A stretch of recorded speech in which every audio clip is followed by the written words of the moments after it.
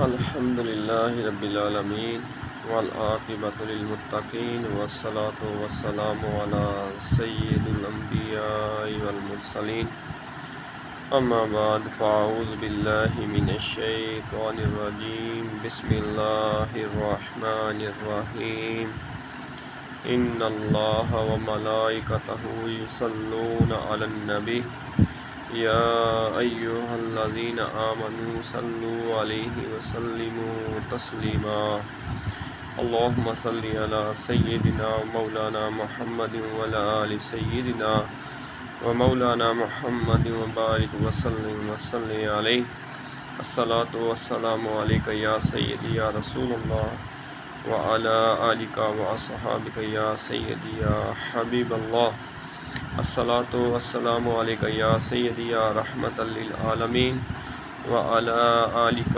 واصحابک یا سیدی یا خاتم النبیین۔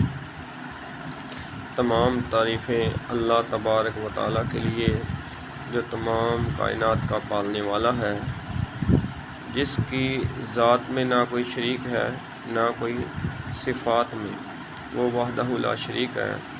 اور درود و سلام حضرت محمد مصطفیٰ صلی اللہ علیہ وسلم کی ذات پر، جس کو اللہ تبارک و تعالیٰ نے ختم نبوت کا تاج پہنا کر بھیجا۔ نبی کریم صلی اللہ تعالیٰ علیہ وسلم کا ایک مردہ بکری کے پاس سے گزر ہوا تو آپ صلی اللہ علیہ وسلم نے فرمایا کہ یہ اپنے مالک کو پسند ہے۔ تو صحابہ کرام رضی اللہ تعالیٰ عنہم نے عرض کی، یا رسول اللہ صلی اللہ علیہ وسلم، اس کی بدبو کی وجہ سے ہی تو اس کو یہاں پر پھینک دیا گیا ہے۔ تو نبی پاک صلی اللہ علیہ وسلم نے فرمایا، باخدا اللہ کے ہاں دنیا اس سے بھی زیادہ بے وقار ہے۔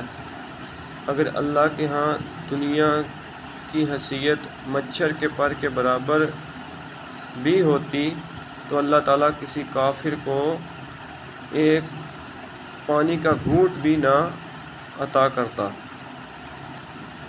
نبی کریم صلی اللہ علیہ وسلم نے اس مثال کو پیش کر کے دنیا کی حیثیت کا بتایا ہے کہ اللہ کے ہاں دنیا کی کوئی بھی حیثیت نہیں ہے، کوئی بھی وقت نہیں ہے۔ نبی کریم صلی اللہ علیہ وسلم نے فرمایا کہ دنیا ملعون ہے اور اس کی ہر چیز ہی ملعون ہے۔ تو دنیا جو ہے یہ انسان کو تباہ برباد کر دیتی ہے۔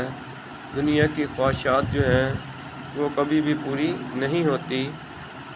ہمیں باقی رہنے والی چیز جو ہے اس کو ترجیح دینی چاہیے، نہ کہ دنیا کو۔ نبی پاک صلی اللہ علیہ وسلم کا فرمان ہے کہ دنیا مومن کے لیے قید خانہ ہے اور کافر کے لیے جنت ہے۔ کافر کو دنیا میں ہی سب کچھ دے دیا جائے گا، لیکن مومن کے لیے، مسلمان کے لیے جنت کا وعدہ ہے۔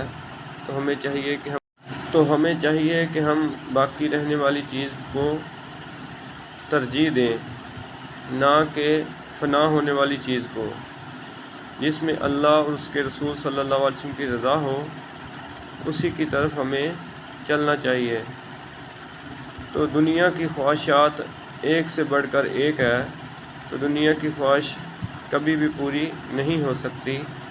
صوفیہ کرام فرماتے ہیں کہ دنیا میں اس طرح رہو جس طرح کشتی پانی میں چلتی ہے، جب تک پانی اس کے اندر نہیں آتا وہ اپنی منزل کی طرف رواں دواں رہتی ہے، جب پانی اس کے اندر آ جائے تو وہ ڈوب جاتی ہے۔